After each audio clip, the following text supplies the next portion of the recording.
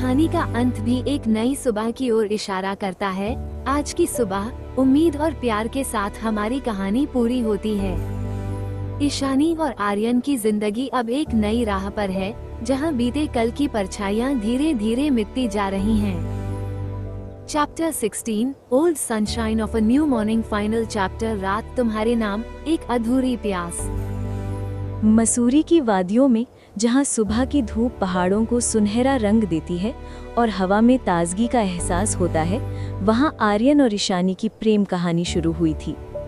ये कोई साधारण प्रेम कहानी नहीं थी, बल्कि एक ऐसी यात्रा थी जो समय के साथ और भी मजबूत होती गई। आर्यन पहली बार ईशानी से मिला था उस छोटी सी कैफे में, जहां वो अकेले बैठकर किताब पढ़ रही थी। उसके चेहरे पर एक अजीब सा सुकून था, जैसे वो पूरी दुनिया से अलग अपनी दुनिया में खो गई हो। आर्यन ने उसे बात करने की हिम्मत जुटाई और वो पहली मुलाकात दोनों के लिए कुछ खास बन गई। ईशानी की आंखों में एक चमक थी जो आर्यन को अपनी तरफ खींच रही थी। शुरुआती दिन बहुत खुशी के थे। वो दोनों घंटों बात करते, मसूरी की पहाड़ियों में घूमते और एक दूसरे को जानने की कोशिश करते। लेकिन जैसे जैसे समय बीता, उनके रिश्ते में कुछ चुनौतियां आने लगी। पहला तूफान तब आया जब आर्यन को लगा कि ईशानी उससे कुछ छुपा रही है। उसके व्यवहार में एक अजीब सी दूरी आ गई थी। एक शाम जब बारिश हो रही थी, दोनों के बीच बहस हुई। ईशानी को लगा कि आर्यन उस पर भरोसा नहीं करता और आर्यन को लगा कि वो उसे सच नहीं कह रही। वो रात दोनों अलग अलग घरों में गुजारी, दिल में एक अजीब सा दर्द लिए। लेकिन अगली सुबह जब धूप निकली तो दोनों को एहसास हुआ कि वो एक दूसरे के बिना अधूरे हैं। मिसअंडरस्टैंडिंग का वो दौर कुछ हफ्तों तक चला। कभी कभी लगता था जैसे वो दोनों अलग अलग भाषा बोल रहे हैं।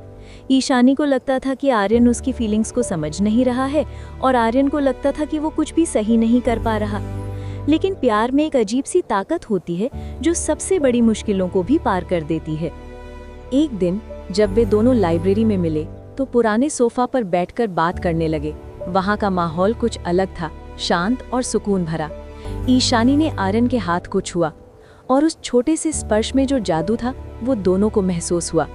आर्यन को उस पल एहसास हुआ कि प्यार बड़े बड़े जेस्चर्स में नहीं, बल्कि इन छोटे छोटे पलों में छुपा होता है। उस दिन के बाद ईशानी में एक नया कॉन्फिडेंस आया। उसे लगने लगा कि उनका प्यार किसी भी मुश्किल से मजबूत है। वो डरना छोड़ गई, क्योंकि उसे पता था कि आर्यन हमेशा उसके साथ है। ये ट्रस्ट उनके रिश्ते की नींव बन गया। फिर आए वे दिन जब एक्सटर्नल एडवेंचर्स ने उनकी परीक्षा ली। आर्यन को जॉब के लिए दूसरे शहर जाना पड़ा और ईशानी को अपनी फैमिली की प्रॉब्लम्स हैंडल करनी पड़ी। डिस्टेंस और रिस्पॉन्सिबिलिटीज ने उनके रिश्ते को टेस्ट किया, लेकिन हर मुश्किल उन्हें और करीब लाती गई। वो रोज फोन पर घंटों बात करते, कभी कभी सिर्फ साइलेंस शेयर करते, जो वर्ड से ज्यादा मीनिंगफुल होती थी। ईशानी को याद है वो रात जब आर्यन ने उसे फोन पर बारिश की आवाज सुनाई थी। वो दोनों अपने अपने शहरों में बैठकर सेम बारिश को महसूस कर रहे थे और उस मोमेंट में डिस्टेंस का कोई मतलब नहीं था। जब आर्यन वापस आया तो दोनों में एक नई मैच्योरिटी थी।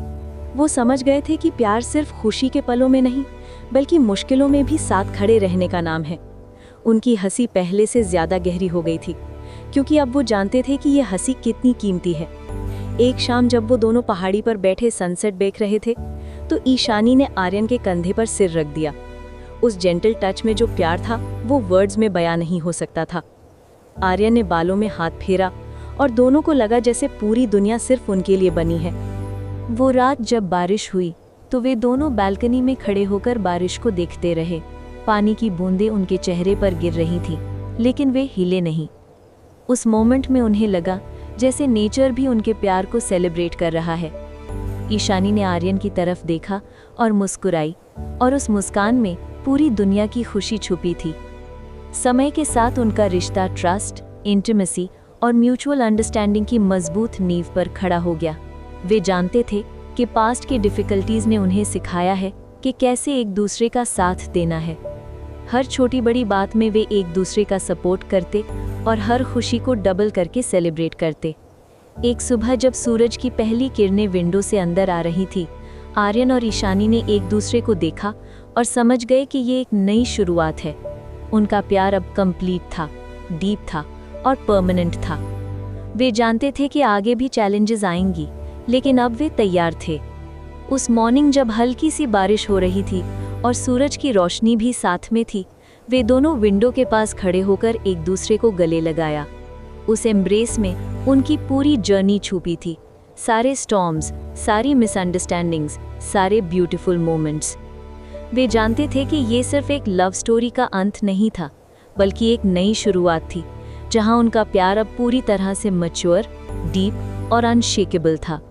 ईशानी ने आर्यन के कान में धीरे से कहा कि अब वो किसी भी चीज़ से नहीं डरती, क्योंकि उसे पता है कि उनका प्यार सबसे मजबूत है। आर्यन ने उसे और कसकर गले लगाया और दोनों को लगा जैसे वे पूरी दुनिया को जीत चुके हैं। वो पल जब सूरज की किरणें और बारिश की बूंदें साथ में उनके नए जीवन का स्वागत कर रही थी, हमेशा के लिए उनके दिलों में बस गया। ये सिर्फ एक लव स्टोरी का अंत नहीं था, बल्कि एक नई शुरुआत थी, जहां उनका प्यार अब पूरी तरह से मैच्योर, डीप और अनशेकेबल था। हमारी यह कहानी यहीं समाप्त होती है, लेकिन हम जानना चाहते हैं आप अगली कहानी में कौन सा रोमांस या सस्पेंस पसंद करेंगे। कमेंट में अपनी पसंद जरूर बताइए, ताकि अगला चैप्टर सिर्फ आपके लिए बने। Headphone audio story writer Anupama, thumbs up का चिन्ह है, लाइक, बेल, सब्सक्राइब।